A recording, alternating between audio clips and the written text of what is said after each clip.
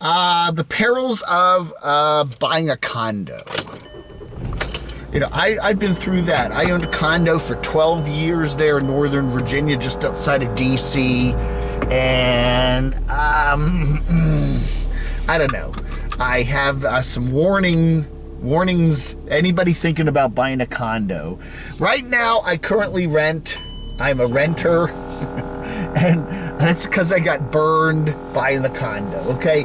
My condo didn't do well. It was, 2005 when I bought it. 2008, everything melted down. The real estate, collapsed.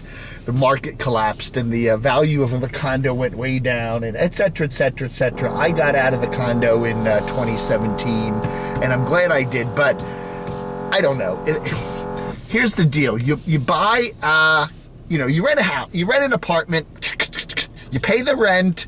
As long as you got a good management company or a good landlord, they pretty much take care of everything, right? The roof leaks, the garbage disposal conks out, whatever.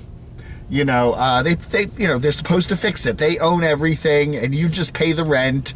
And the AC conks out, or the drain clogs, or whatever. You call the SUPA. You call the management company, and they come over and they take care of things. So, we've had a number of problems with a refrigerator and ice makers, and they just come over and fix it.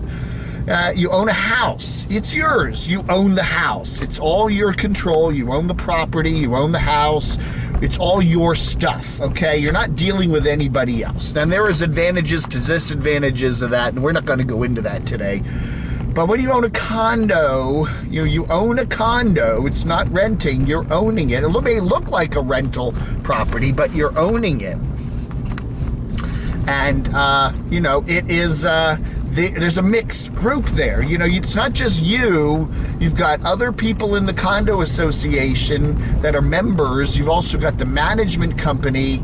It's so it's all this cross weird stuff. Anyway, I'm not gonna worry about the camera. It's kind of bouncing all over. It's crooked, but what the heck? Here's the deal. So when you own a condo, I had a condo in a multiple unit building. There were 8 units in the building, 4 on the upstairs, 4 on the downstairs. I owned the inside of the building. My unit. I owned the inside of my unit, okay? So anything that went wrong with anything inside the unit, I was responsible for. And that includes, the appliances, the heater, the AC, the walls. You got a leak, a plumbing leak. Again, as long as it's from your pipe, it's okay. Then there's all this common junk. No, if the leak is coming from a pipe that's not in your unit, that's in another unit, or it's a common element, then maybe the condo association pays for it, or maybe not.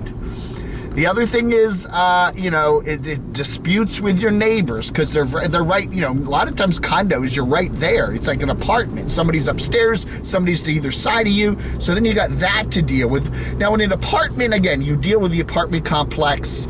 It's not really your responsibility if the water leaks from another unit. They deal with it. It's all their building. But with a condo, it's your responsibility, maybe or maybe not. And then there's all that dispute stuff. And then there were other common elements, who's in charge of the windows, some of the windows are common elements for the condo association, some aren't. What do you do about balconies? What do you do about, the siding on the building or the roof material or the attic or whatever? Again, it gets into a whole lot of technicalities about what's yours and what isn't. What is part of the condo association? What is your responsibility? And there are issues that are gray areas, and you'll be getting, something goes wrong with something like, up in the attic. Is the attic a common area shared with all the other units, or is the attic just part of your unit and you're responsible for that? I don't know. What if you got rats in the attic, mice in the attic? Whose responsibility is that? What if you got, carpenter ants, coming in from some common area, etc., etc.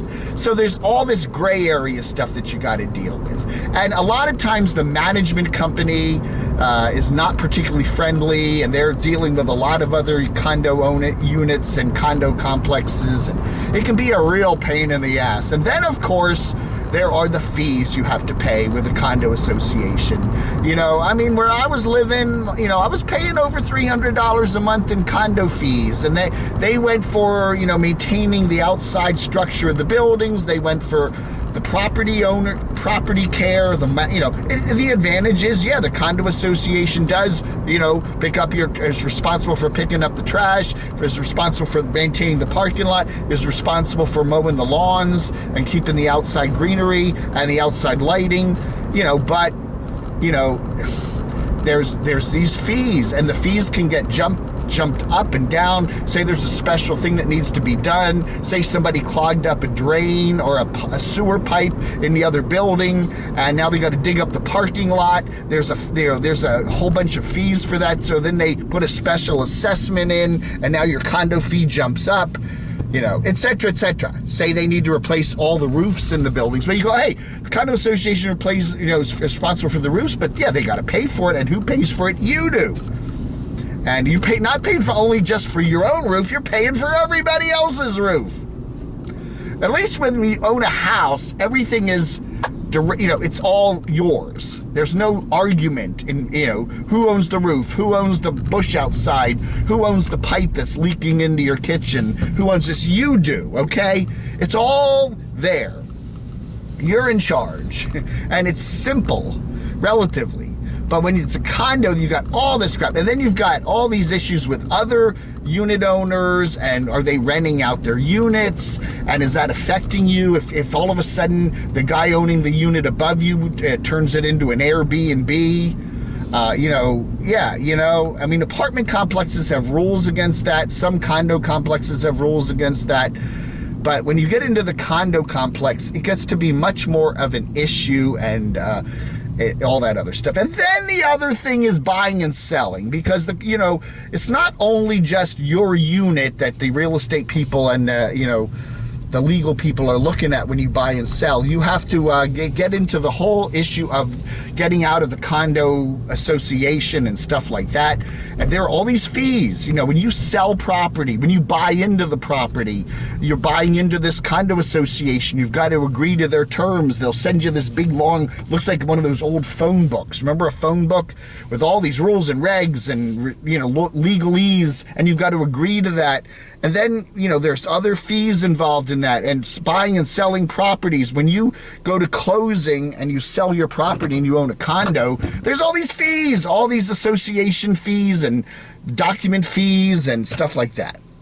And I don't know, it kind of leaves you with a bad taste in your mouth. Again, I'm only touching the surface of this. I am sure you can go on Google and Google all the ups and downs of owning a condo. But for me, I found there were a lot more downs in it. There's just a lot of other stuff. If you know, a condo can be a good investment, but there's other things that can affect that investment that's totally out of your control with regarding the building and the other unit owners and the rules and the regulations and the fees and the, you know, other units that are in disrepair can affect the value of your unit.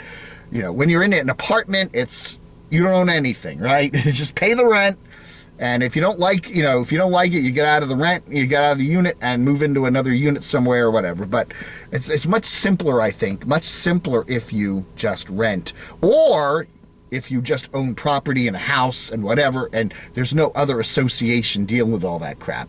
Anyway, all I'm saying is, you buy a condo, beware. Just be aware of what you're getting into, because it can be a lot more hassle than you might think. Flag under.